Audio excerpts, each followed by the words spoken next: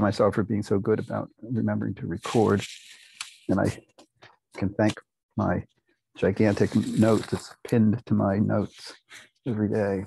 But today, let me start with some announcements because this week is an unusual week, as you know, in terms of sort of how it's structured.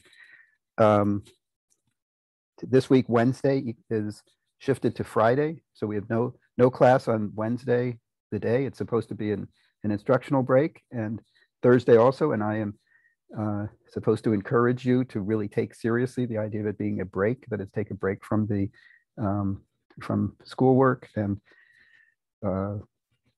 if you can manage, sort of shut yourself off from the internet and your phone or whatever, and just relax a bit, go outside. It should be nice. Go out running or kickboxing or playing basketball or just walking or just breathing the outside air, and clear your brains and get ready for the final push to end the semester in April. So no class on Wednesday. However, we do have class.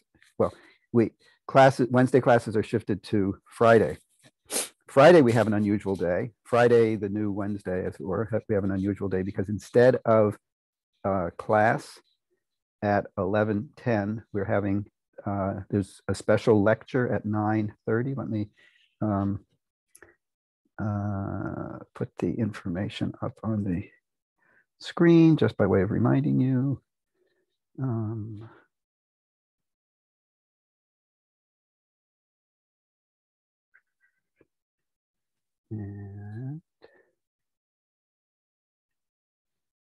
here it is, the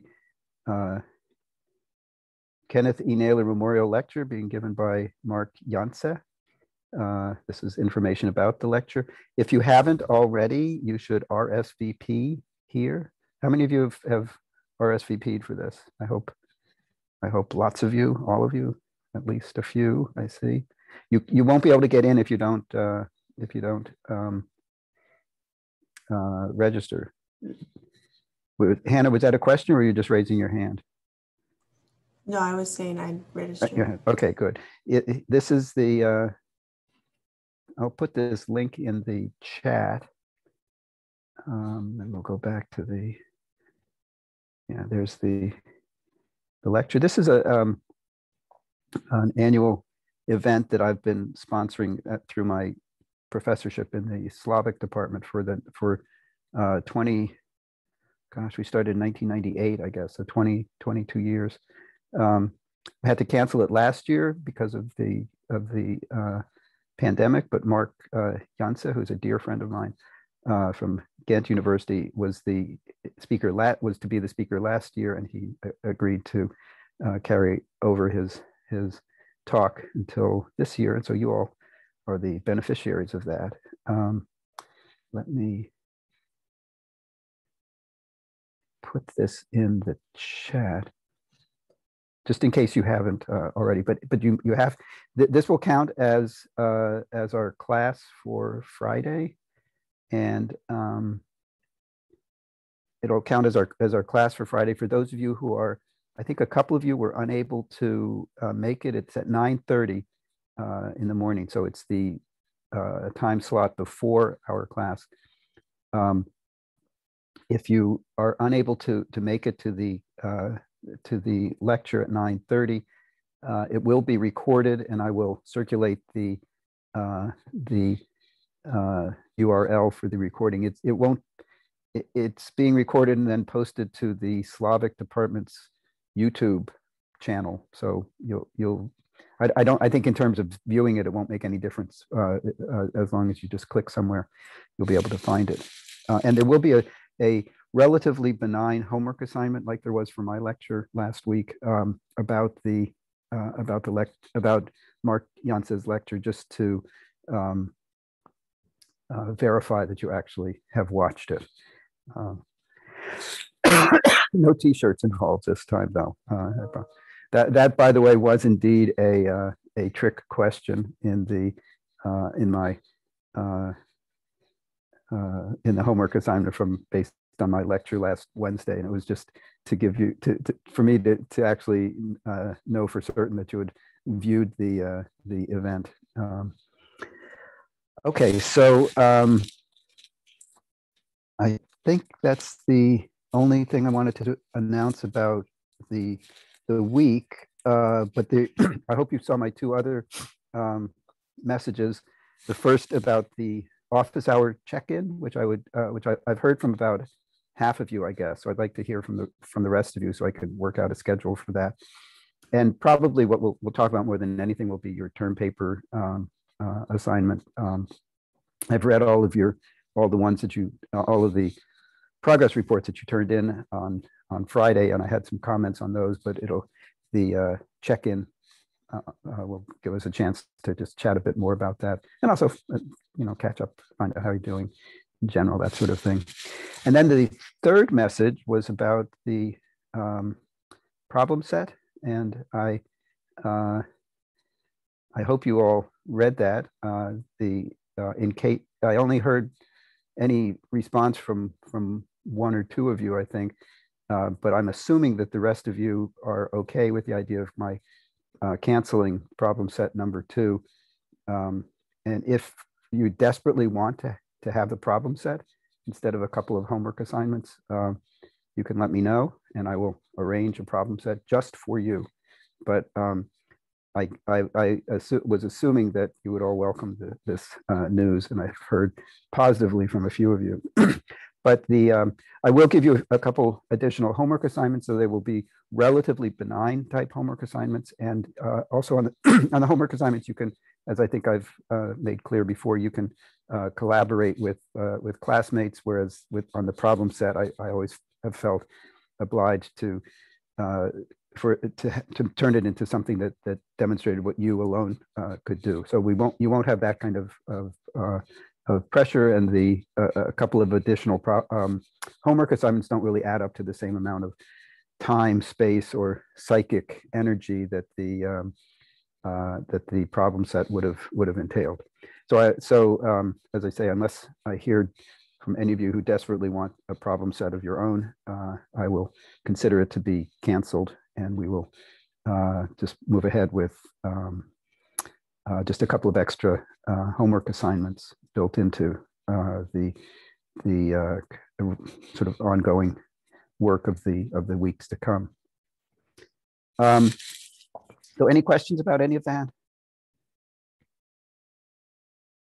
Looks like everyone's all set. Okay, good.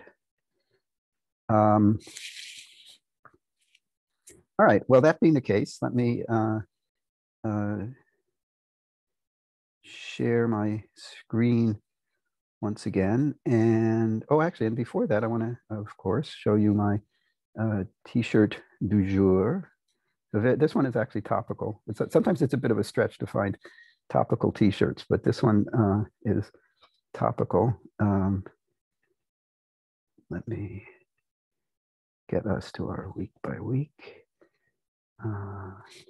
So my t-shirt today is one that has a bit of humor to it, a kind of black humor, as we might say, morbid humor. I can show you the picture of it. There it is. It says, "Do dying languages deserve their sentences?" And in case you don't see it, there's a pun here that are dying languages sentenced to death in that meaning, or do dying languages deserve, or do they have the right to their sentences, to their utterances? And this is a t-shirt that's put out by the Endangered Language Fund, one of many public nonprofits that are dedicated to questions about language endangerment and language death. And I'm going to talk a little bit about, yeah, Hannah, I love this shirt too.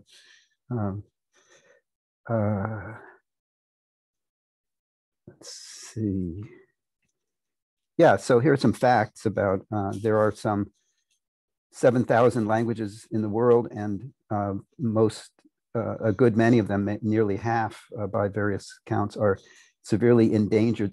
There's some debate in sort of public forums about the use of the term endangered. It's a convenient term. It shows that these languages are in a position where they're not very viable or robust in terms of the numbers of speakers that they have, and in terms of trends that are sort of working against them, economic and social and such kinds of trends. But some people think that the term endangered kind of summons up a Darwinian kind of notion that somehow these languages are not up to it, up to the competition, and it's nothing like that at all. What makes for a language endangered, what makes for endangerment, what makes a language endangered, is summed up nicely in this brief discussion on ethnologue. Ethnologue is a compendium of information about languages of the world that's has been developed by the Summer Institute of Linguistics, SIL, which is a Bible translation enterprise that translates the Bible and other Christian works into hundreds and hundreds of languages. And in order to get to that point, their field workers developed very detailed descriptions and documentation of various languages that would not get attention otherwise. By their count, there are some 3,000 endangered languages today, and they talk. This is a map that gives you a sense of the sort of pervasiveness of language endangerment. Though there are some so-called hotspots where languages are severely endangered in Indonesia, for instance, and in Central Africa.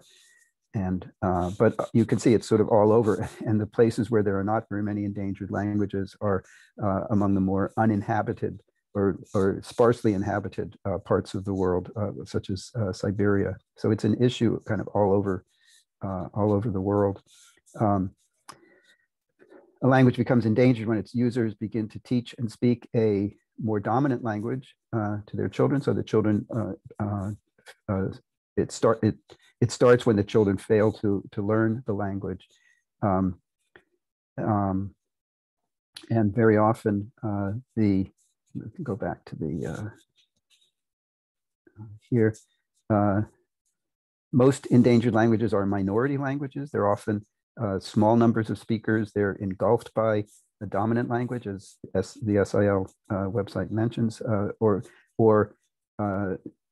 engulfed by speakers of a dominant language, and that those speakers and that language is often associated with greater political and economic power, so that there are sometimes very strong economic incentives to shifting away from your native language in the direction of a language that would be socially and economically more useful, more for various reasons. So, but it's in general a very complicated kind of issue, and I'm not really able to do more than just give you the briefest sense of what's going on.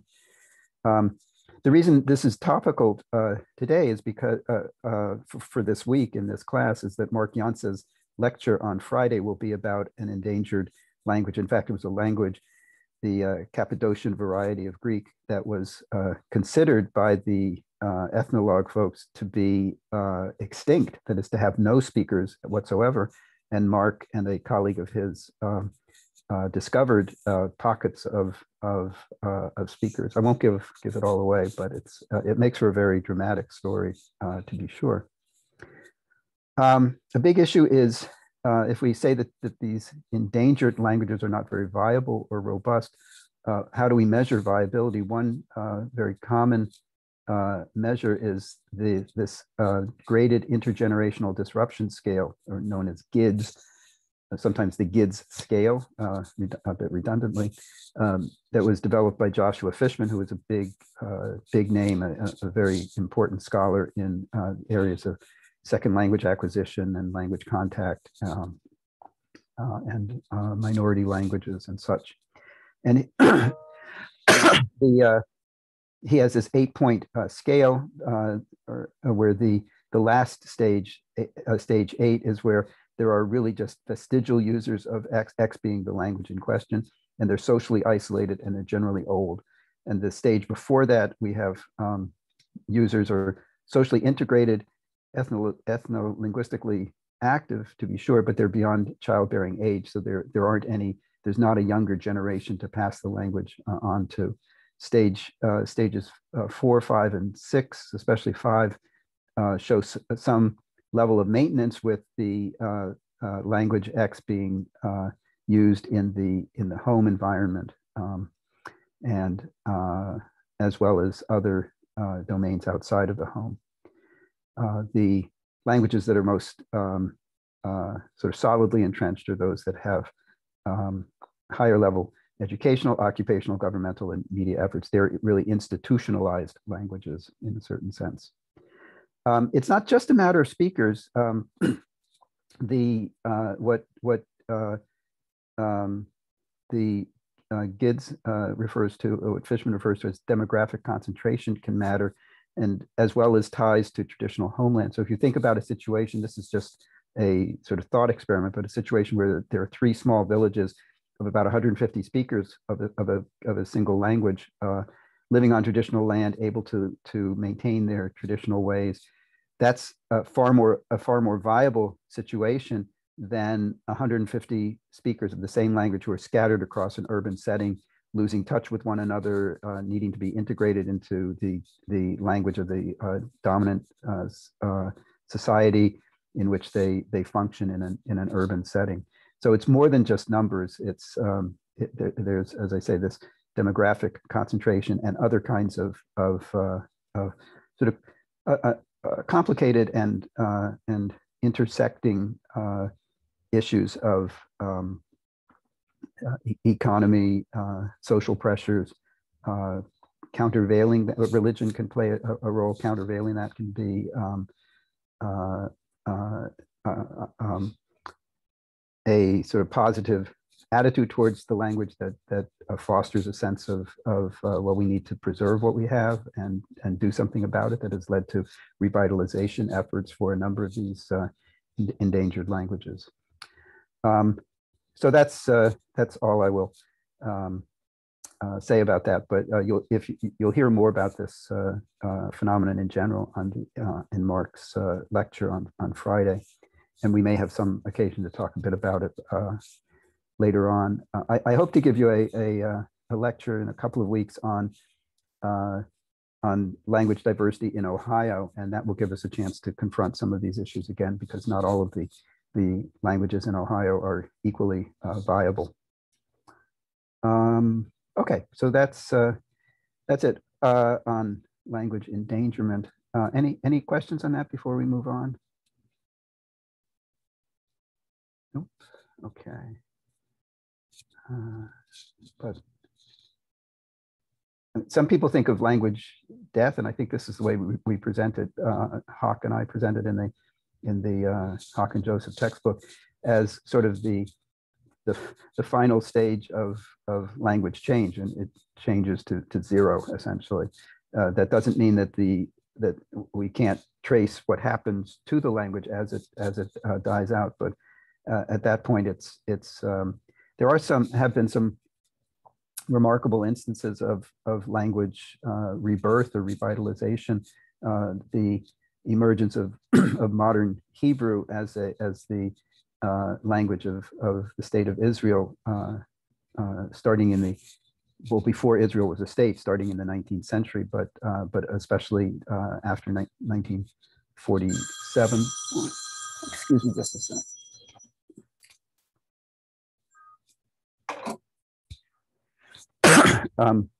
When it became the official language of the state of Israel, that what helped there was exactly this stage 1, where the use of the language, not just some use, but kind of mandated use of the language in higher level governmental, educational, and such domains. That's what really allowed Hebrew to re-emerge as a viable language now with several million speakers. there have been other smaller successes. Maori in New Zealand and Welsh in Great Britain being two such cases. It's often the outcome is often that it's not that that new native speakers are created, but rather a greater awareness of the language even among adults is what is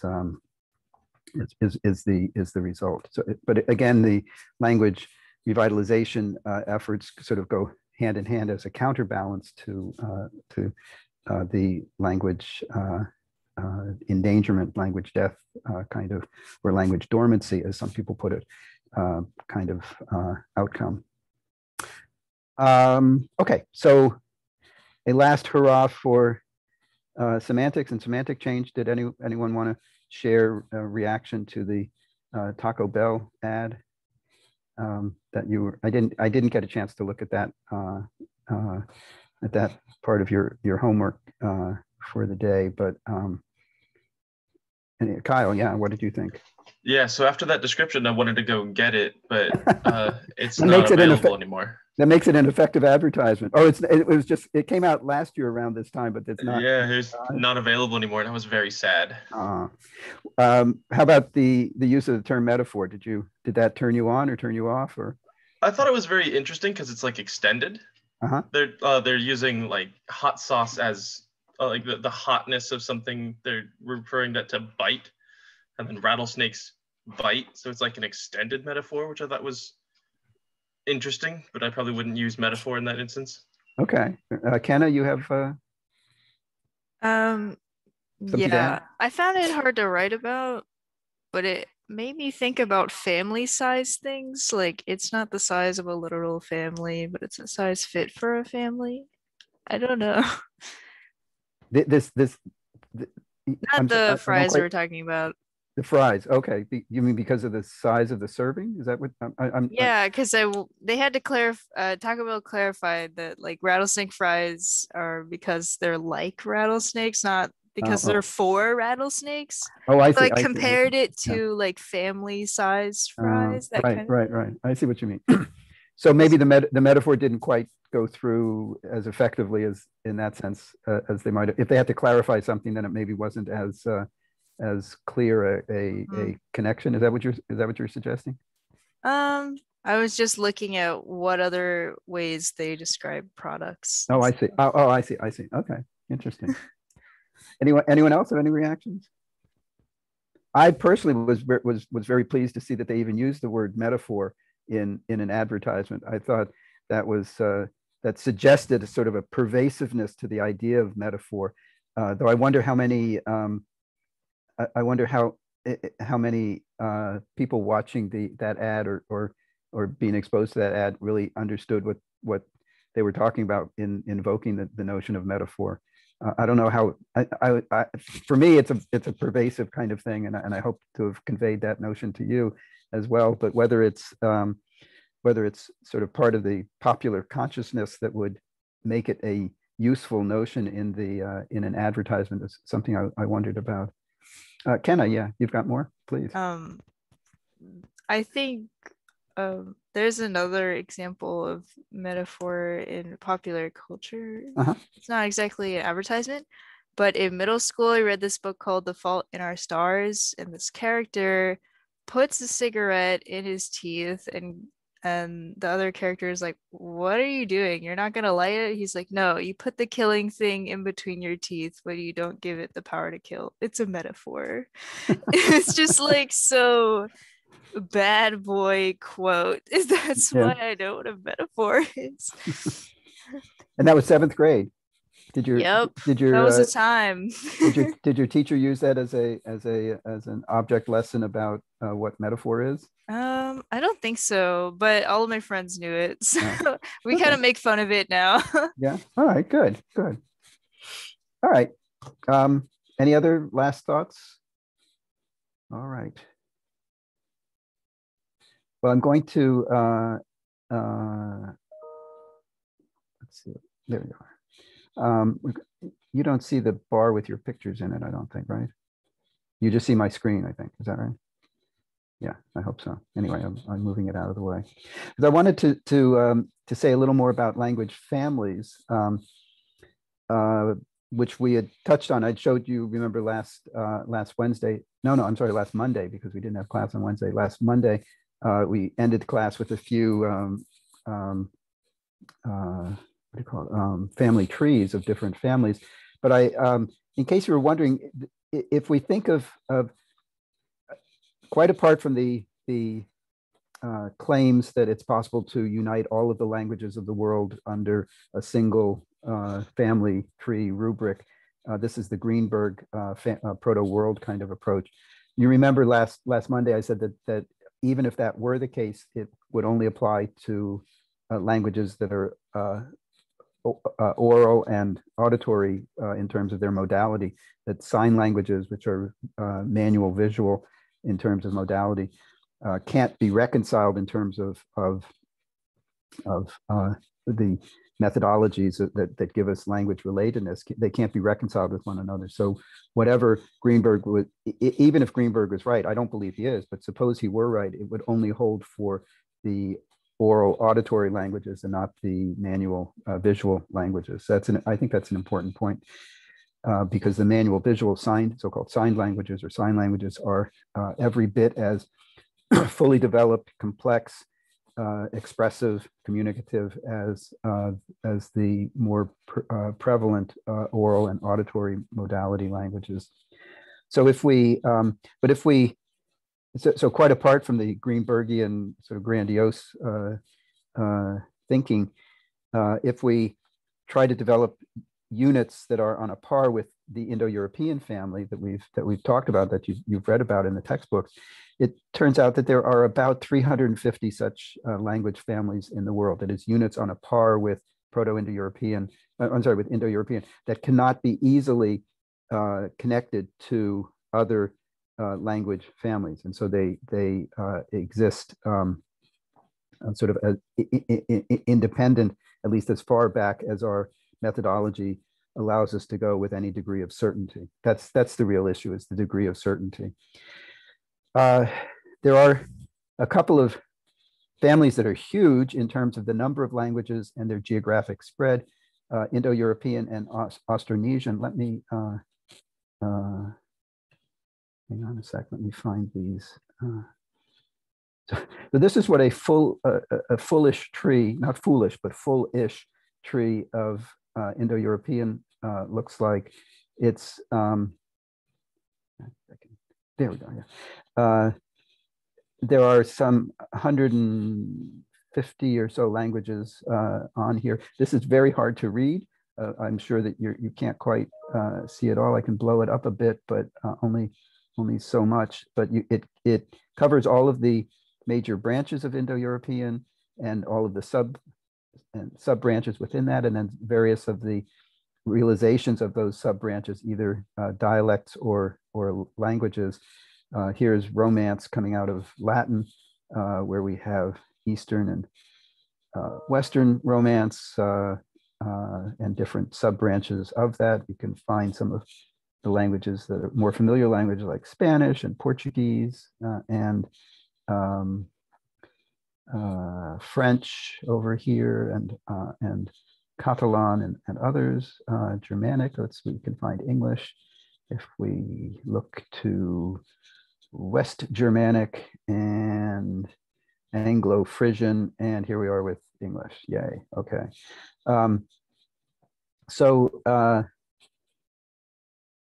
And as Indo-European, due to matters of colonization historically of different parts of the world, Indo-European is found on all of the continents of the world, even Antarctica, because there are stations that are research stations that are populated by Russians and Americans and French and German scientists and others as well. But so Indo-European languages are found on all 7 continents.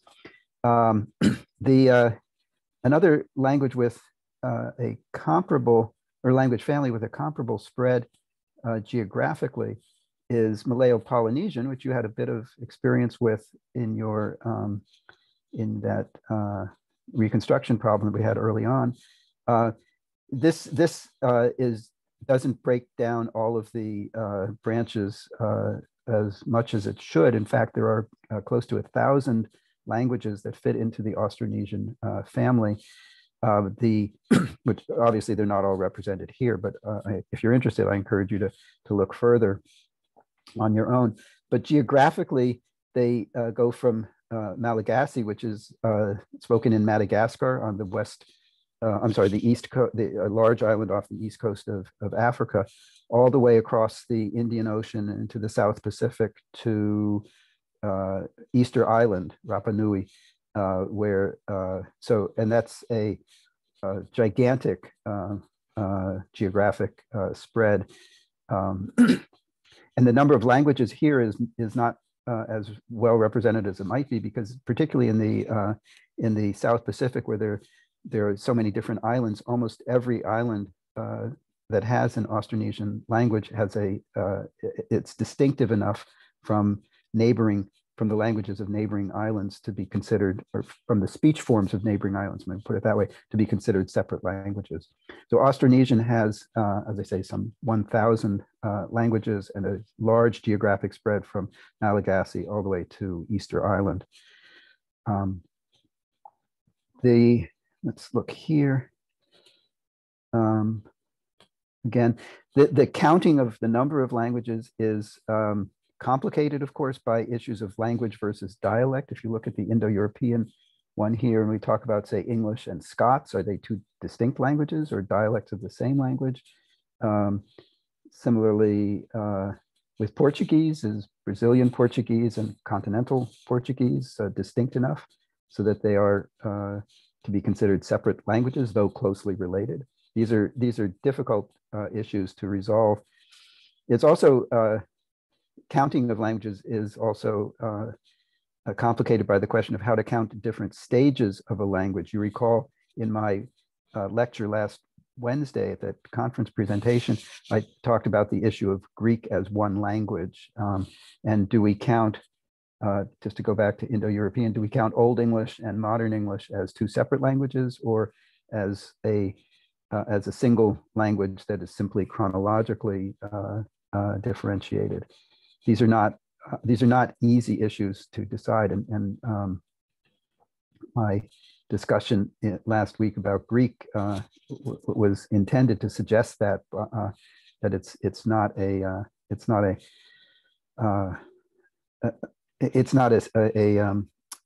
issue that has a definite answer to it.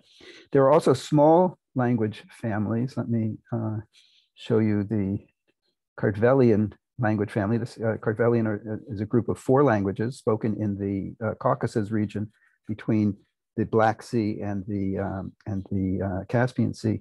The major representative is Georgian, the language of the Republic of Georgia and elsewhere. But these others, Svan, Mingrelian, and Laz, are relatively robust, not with huge numbers, under 100,000, I believe, for Svan and Laz, maybe even less so. So this is a relatively small language family in terms of the number of languages, though well represented in terms of number of speakers. Let me ask you this: what is the minimum number of languages in a language family? Anyone have any thoughts on that? I hear someone trying to buzz in. Kyle, you want to answer that? 1. 1, yeah, okay. And do you want to explain? Like a language isolate that has no other, like Basque. Exactly. So remember the very first day, what was my t-shirt the first day? Was it a t-shirt with Basque on it? And the point was, and I remember asking you specifically, so what is relevant about Basque for historical linguistics? What makes this t-shirt relevant to our subject matter of the day, of the semester? And the answer was exactly that Basque is in this perhaps unusual situation of not having any demonstrable relatives in terms of its genealogical connections. And we call such languages, oh, I didn't write it down, language isolates, as Kyle said.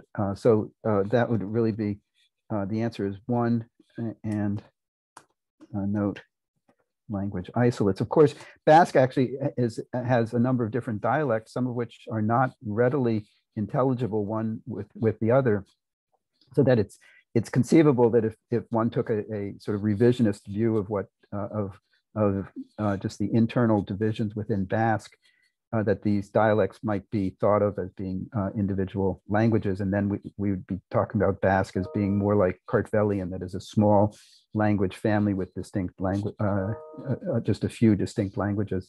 But there are languages like the ancient language Sumerian. Remember that one of my cuneiform T-shirts had some Sumerian on it,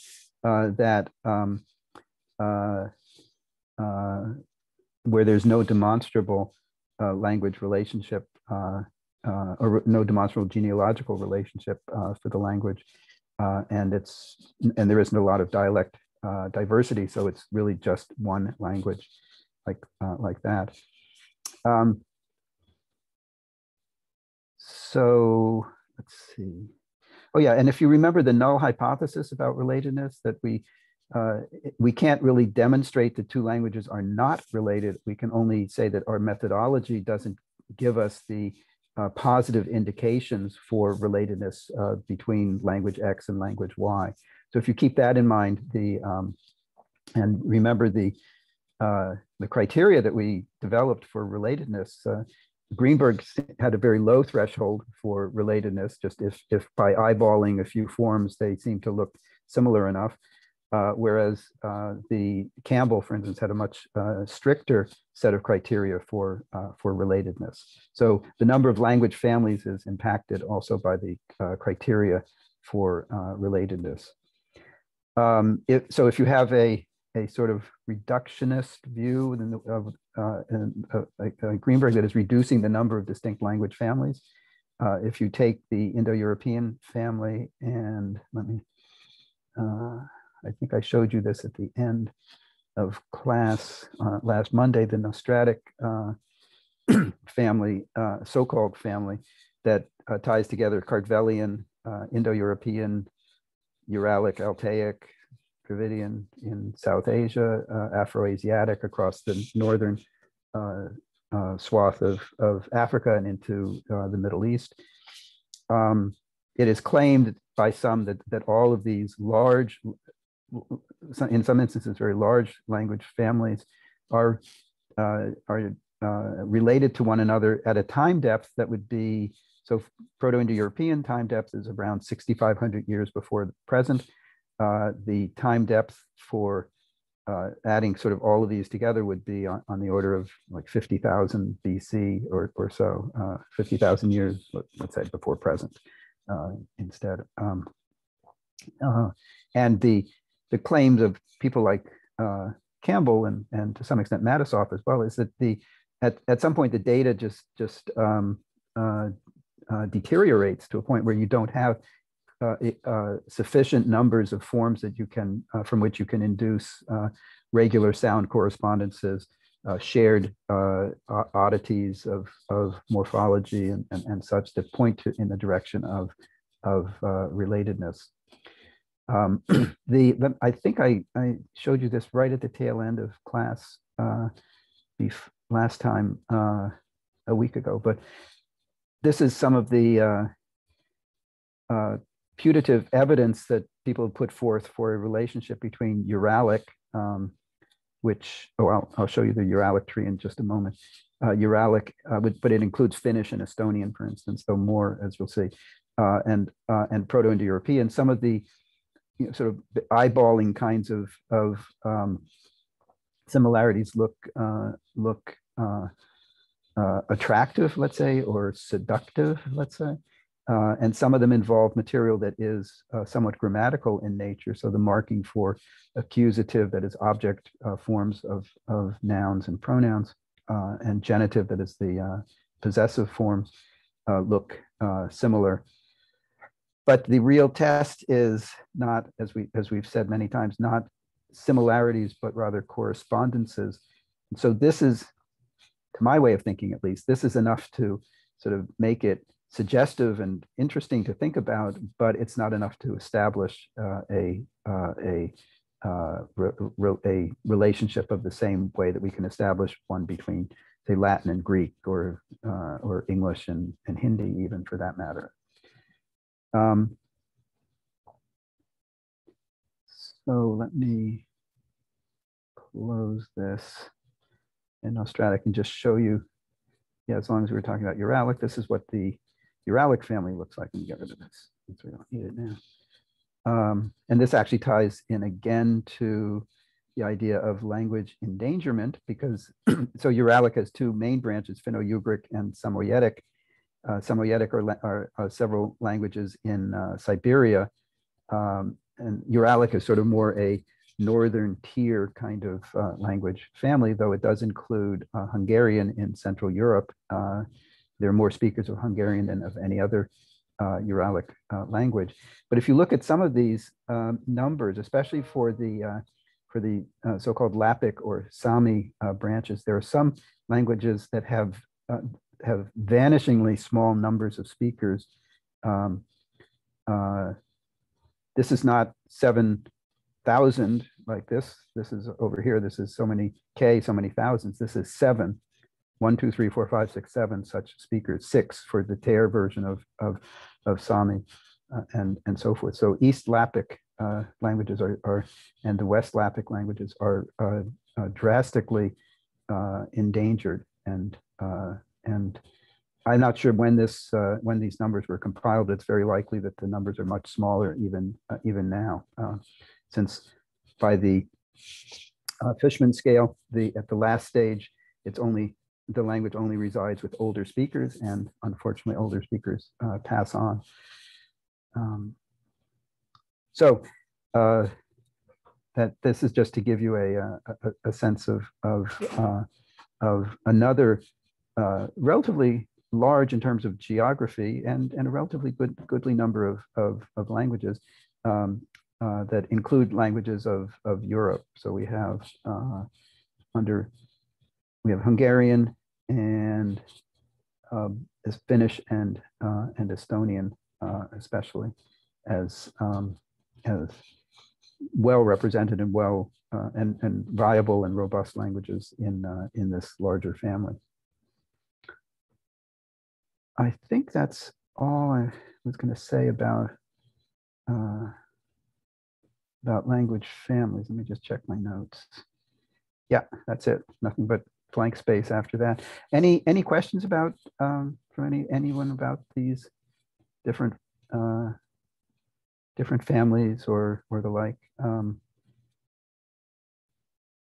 You're just indicating that you enjoy this, Kenna, right? Not that you have a question. Yeah, I just give thumbs up, meaning I get it. You get I it. understand. Okay. Good. I like to hear that. All right, great. Well, then in that case, we will move on to another topic. Relatedness is always sort of in the background, because whenever we talk about change and we determine change by reference to the comparisons between languages using our comparative methodology, there's a presumption that these are languages that are related, and therefore they stem from a common source, and therefore the differences that they show are the result of changes in one or the other or both of the languages that we're comparing. So the language relatedness it's not the end all and be all of historical linguistics, but it's an important component to what we do here. Okay, so let me close this and sure. Save it, and we will move on to, we're going to shift gears rather dramatically, actually, into another domain. As you can see from the title, these are slides about analogy, and this moves us away from talking about sound change per se and semantic change per se, and moves us in the direction of looking at the forms themselves, the so-called morphology and morphological change. But the starting point is a matter of our comparative exercises and sound change. You recall that from homework number 10, we, in comparing Sanskrit, Old Persian, and Avestan, we, let me just make this a little bigger.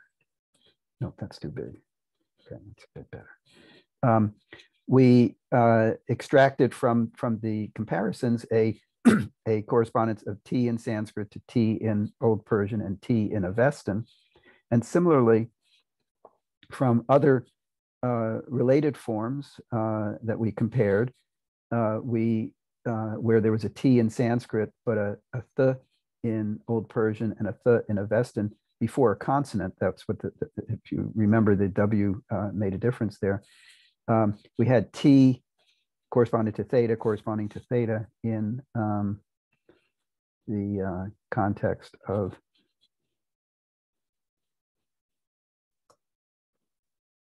before a consonant, whereas the T, T was between vowels.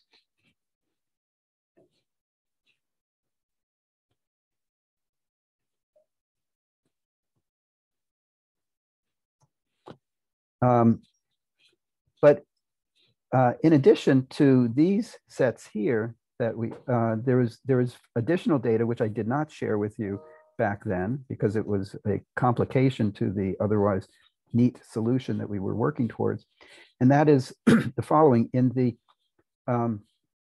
different forms of these words for power and the word for coarse, we find in the nominative case, that is the subject case, we find a T in Sanskrit, a th in Old Persian, and a T in Avestan. In the word for power, we find a T in Sanskrit, a th in Old Persian, and a th in Avestan. So how do these differ from what we see up here?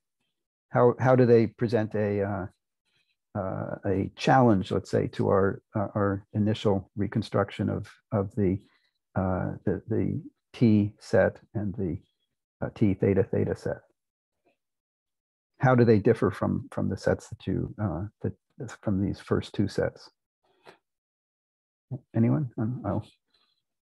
I'm willing to hear anyone's answer. What's that? We have different correspondences still occurring intervocalically. Right. So intervocalically, we have T theta T, and that presents an immediate challenge to our T intervocalic. How about and then what about the T theta theta? How does it measure up against these first two? It's also intervocalic, right? But what sort of additional wrinkle is there? They're also the same vowels.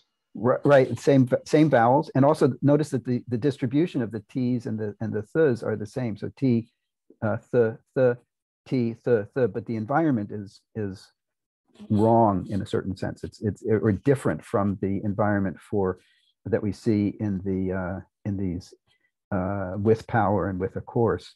So it's the same environment as we see up here, but the same distribution of the elements that we see in this one. Here we have an entirely new set altogether, T theta T, which doesn't match any of these.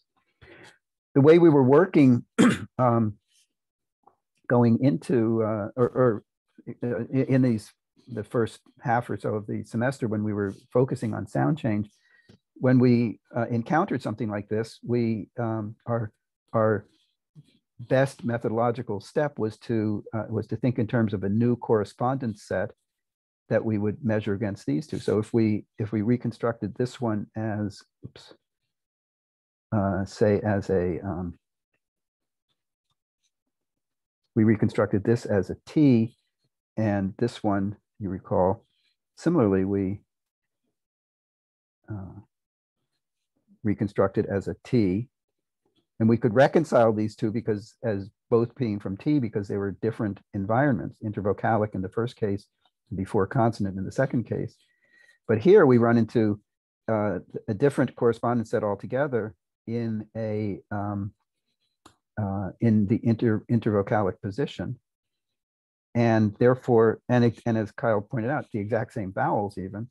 So it gets worse, if you will. So one solution would be to say, well, this is a different correspondence set.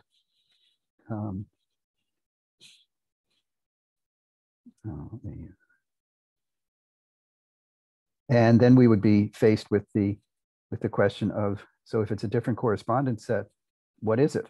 It can't be a T, right? Why can't it be a T? Just out of curiosity.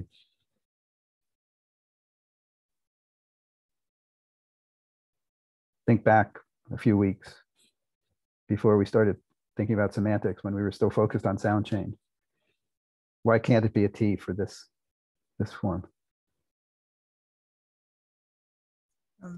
Because the environment overlaps with our first set right there. Exactly. The environment overlaps, so it's got to be something different. So we might say, okay, well, maybe this one is a theta. Why not? It's different, at least. But does that in itself present a problem? If we say there's a theta in the nominative of the word for course, but a T in the instrumental, another case form of the word for course, does that seem like a sort of happy situation to be in? No. Oscar, you say no. Why not? Ideally, they would be conditioned just by phonological things, not grammatical things. Right. Yeah. So it looks like the difference here. It would be a case of what I think I used this term in the class at one point. I can't remember. Yeah. I did. It would be a case of what we would call suppletion. Oops. That doesn't look like anything. There we go. It would be a case of what we could call suppletion. That is a completely different stem form of the same word, ostensibly the same word, in different grammatical functions, like go versus went in English, where an entirely different stem is used in the past tense from the present tense. Or we did remember this notion came up when we were thinking about English and German. And we said that English and German show suppletion in the adjectival forms like good, better, best in English, suppletion between good and bet. And German has gut, besser, am besten, gut versus bet in the as suppletive variants. So it's never a happy situation. Sometimes you're forced into it, and the question is whether this would be such a case. Are we forced into it here? And notice that the same would hold for the this T theta or T the in the nominative would have to be different from what we see in it couldn't be a T because it overlaps with this set, and it can't be a theta. Why couldn't it be the in this one?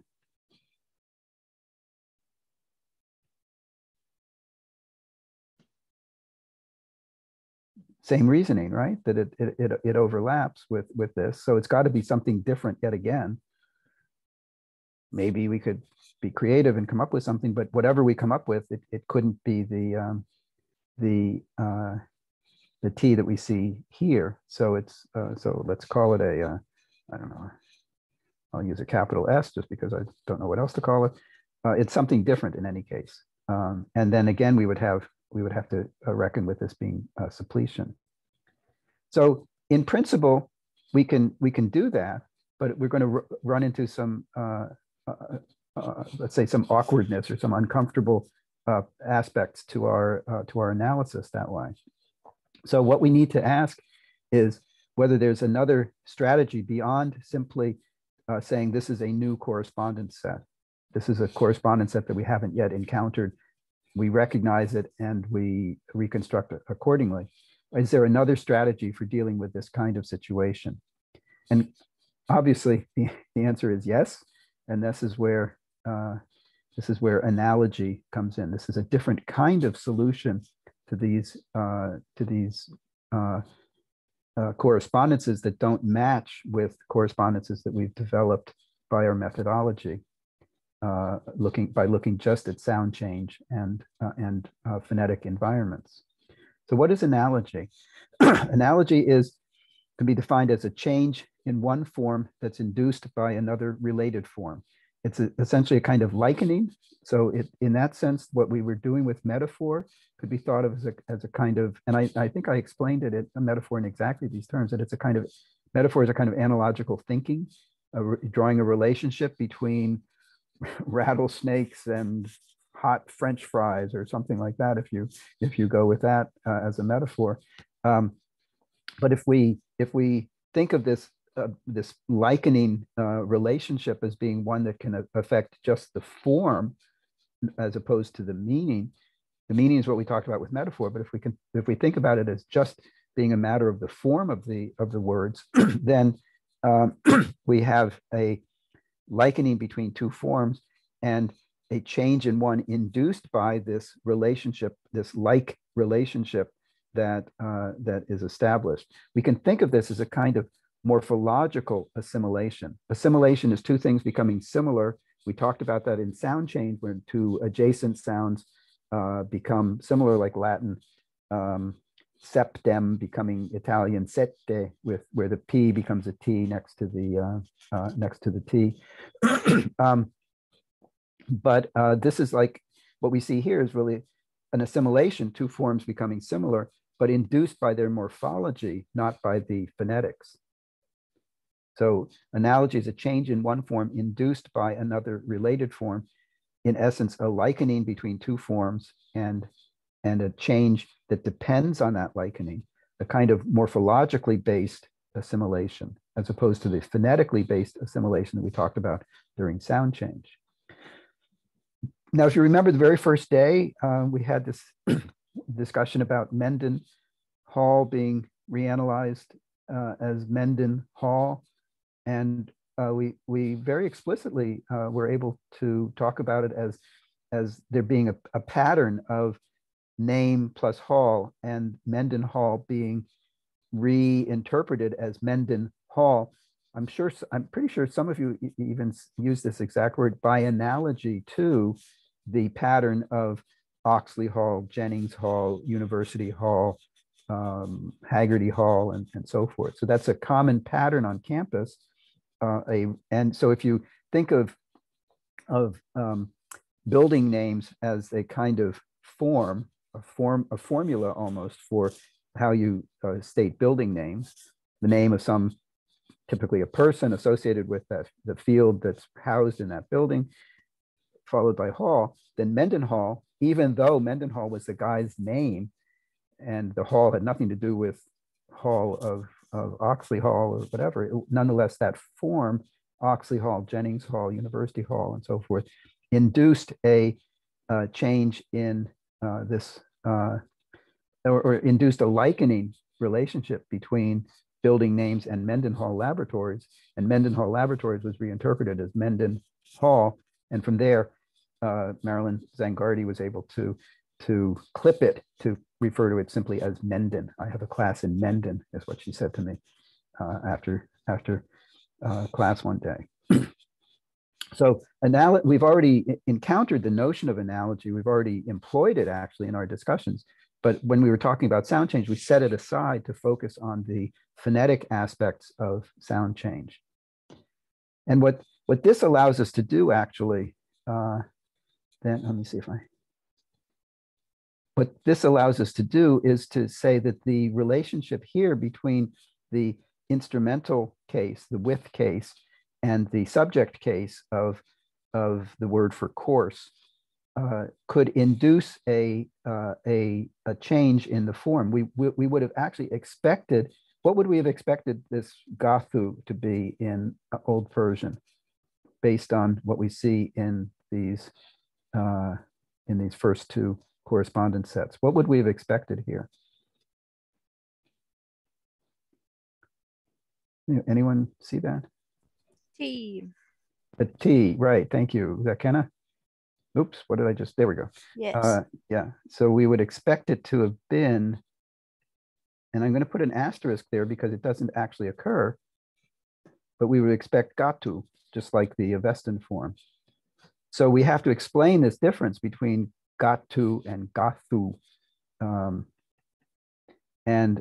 If we understand that these are related forms of the same word, and that this th here in Gathwa is expected based on the phonetics of the word, namely the T occurring before a consonant, then we can say that this th of gathwa affected the form of the nominative case and gave us gathu. So in a sense, we had then, let's see if I can, no, I can't. In a sense, then we had, let me give myself a little, we had gatu and gathwa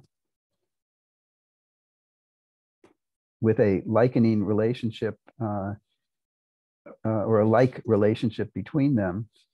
And this, we were saying, this developed into, oops, I'm getting myself a little confused here. All right, so this, oh well, there we go, developed into gathu, gathwa.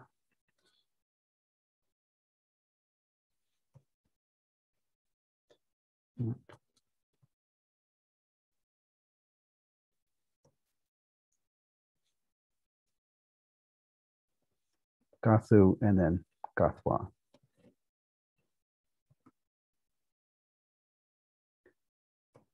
So we end up with a change in the form, a change in the pronunciation. If you want, a change in the sounds of this nominative form of the word for course. But so let me, I'm about to say something that might sound a bit confusing. So therefore, my Greek alphabet, therefore, a change in sound for the nominative form, but not via a sound change. So that tells us that we can have changes in the pronunciation of words, of morphemes, of forms that are not due to sound change. That's why I will sometimes draw a distinction between a change in sound in a word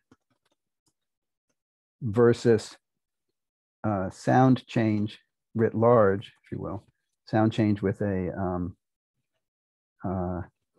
capital, or what we might call sound change proper, or sound change in the strict sense.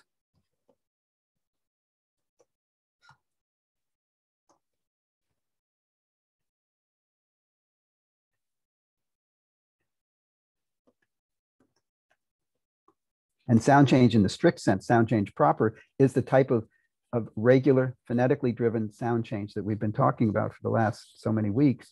But now we're beginning to see that there are other ways in which the sounds of a word, like gatu, can be changed without it being a matter of sound change in the strict sense that we've been developing the notion. This is an important distinction, and if it isn't clear, it sounds like a bit of a you know, like I'm trying to get away with something. So, oh, there's change in sound, but it's not sound change. It sounds paradoxical almost, but I don't intend it that way at all. I'm drawing a distinction between changes in the sounds of a word that can happen for any reason versus changes in the sounds of a word that happen based on the phonetics of the environment in which a given sound occurs.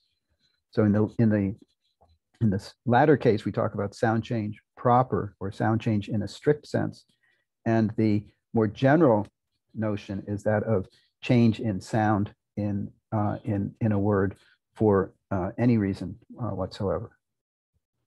We'll see other reasons that it isn't just a matter of this kind of analogy. But analogy would be one of the ways in which we get changes in sound that are not due to sound change proper, not due to phonetically driven sound change. If this isn't clear, please raise your hand and let me know. Because as I say, this is for me, a key notion Okay, good. It looks like you're all on board with this. Now, traditionally, analogy will typically involve a linkage, and that's another way of talking about this sort of likening relationship, like relationship. And typically involves a linkage between or among forms and a move towards greater similarity. So in our case here of gatu, gathu, gathwa, gathwa, we have greater similarity. We start with a stage where there is where the forms are different from one another, t versus the in the nominative versus the instrumental, and we end up with a stage where there's a greater similarity between the forms. That's why we can talk about, and so also with Mendenhall as 2 words as opposed to Mendenhall, 1 word. We can think of this as a kind of assimilation at the level of the form, or really a kind of conceptual assimilation even, because there's a linkage that's being made in the speaker's brains, speaker's minds, and thinking about these different forms of a word, and then you're acting on that linkage. So we often see this with regard to so-called paradigmatic relations. That's exactly what was going on here. These are different forms of the same word depending on their grammatical use, and that's what we refer to as a paradigm. We use the term case forms, like English. We don't see it very much in English, but we see it in the pronouns with like he, his, him, or she, her, hers, where the or her, where the we have different forms of the word depending on their grammatical use. He, his, him, subject form, possessive form, object form. And when we see this with related forms of the same word, where there are originally differences that get smoothed over, if you will, this type of analogy is often referred to as leveling. So an example, the gatu and gathwa that we just looked at would be one such case. A famous example that comes up a lot in the literature is the case, what we see with Latin words like honos, meaning honor, where there was an S in the at the end of the stem of the word in the subject case, an R, however, in the possessor case, honoris, and an R in the accusative, the R form in the object case, honorem. So R forms in the possessor and object case, and an S in the nominative, the subject case. And that was an existing stage of Old Latin. What we find in later Latin is the R of the possessor and the object case inducing a change in the R in the stem final element of in the subject case. So honos, honoris, honorem is leveled out. So this difference between S and R is leveled out in the direction of the R, giving us honor, honoris, honorem. And we move in the direction then of greater similarity. So the idea that this is a kind of assimilation, morphologically driven assimilation, I think is a reasonably good description. Let me just check on the time here. Yeah, okay, we're doing okay. So stop me if you have any questions, but I'm hoping this is all pretty straightforward. Now, note that this is not, we might look at this and say, oh, S and R, they're not too dissimilar. Maybe this is a sound change of S to R in final position. And that would give us then honos turning into honor. However, final S remains in many words. So we find the word mos for custom, for instance, unchanged S. Genus, the word for type, an unchanged S, among numerous others. So why would that speak against this being a sound change of S to R in final position? What is it about these additional words like mos and genus that tell us that this can't be a sound change?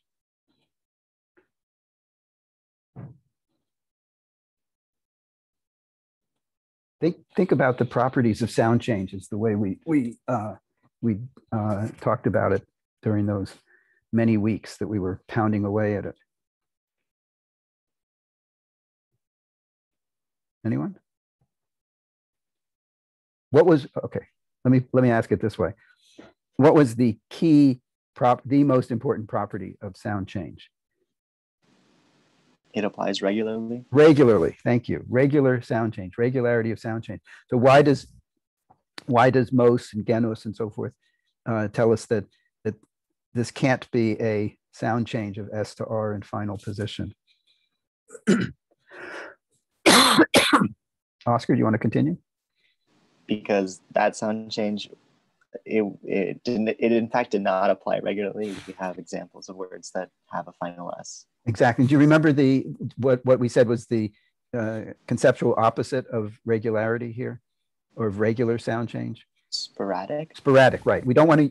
We want to save the term irregular for other uses. So we could call. So what we see here, it would be sporadic sound change if by the notion about sound change that we developed in our through our comparative methodology, we say sound change is regular. Then if we see an instance where something a change in sound applies sporadically, we say it's got to be something other than sound change proper, sound change in this strict sense. Kyle, you have a question? Yeah, I mean, I get it's really not that important of a question, but looking at the data itself, honos ends with an S. So does that mean that the stem, like the lexeme, ends with the S in the older form?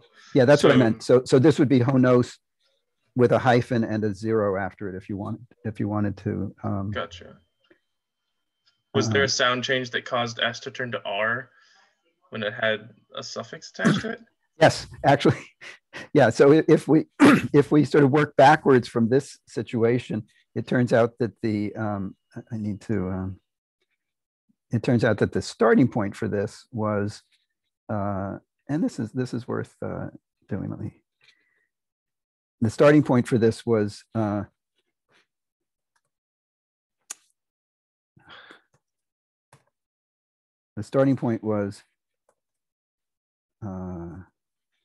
O7S.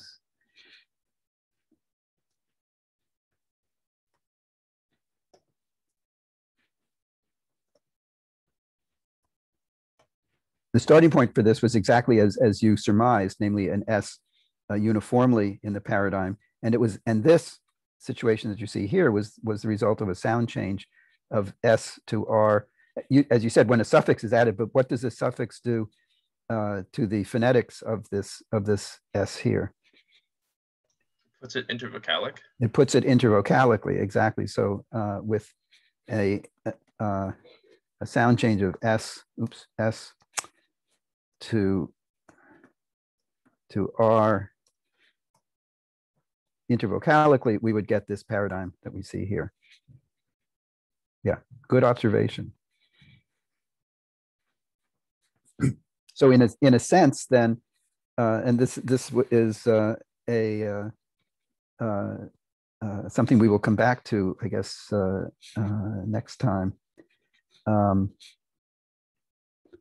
because we're almost out of time here. We had a uniform paradigm of S everywhere at this point. Sound change destroyed that, blew it out of the water, and gave us a paradigm where there's sometimes an S and sometimes an R. And what analogy does here is it restores the uniformity to the paradigm, but interestingly, in a different way. Instead of S throughout the paradigm, we have R throughout the paradigm. So keep that in mind. We will come back to that very point, I guess, in a week. Here's another example like that. In ancient Greek, the word for one had an N in the nominative form. Remember, we saw that in the modern Greek word henna, or enna for one from earlier, henna, when we were looking at that chart of all of the numbers in European languages.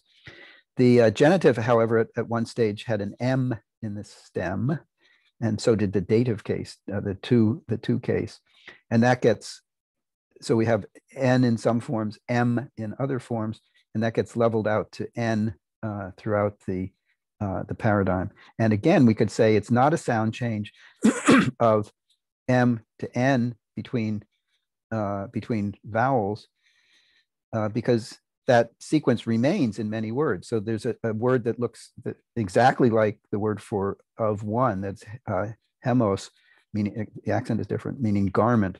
There's kamai with the m intervocalically, meaning on the ground. So the what we see here is a leveling out of this difference between n and m, in this case in the direction of the n. So we can actually ask then, what is the nature of the paradigm before leveling and after leveling? And we really answered it in response to Kyle's question. Before the leveling, the paradigm was had an irregularity in it, a difference in the stem form between S and R in Latin, between N and M in the Greek. And after leveling, we have a uniformity in the paradigm of N everywhere in the Greek, R everywhere in the Latin. So I hope I won't even make you, I won't try to force you to answer this, but we can just think about what makes the label leveling appropriate here is the fact that there is this anomaly, if you will, between so a bump in the road, if you will, in the paradigm with sometimes N, sometimes M, sometimes S, sometimes R, and the particularly if you think of it as sort of bumps in the road, then the leveling metaphor works reasonably well, and what we get then is a uniform paradigm, a smoother paradigm, if you will. I think that's probably well. I'll end on this one point. Notice that we have different directionality in the leveling here. In the case of honos, honoris, it was the non-subject cases that prevailed, and the R of those forms made its way into the nominative, the subject case form.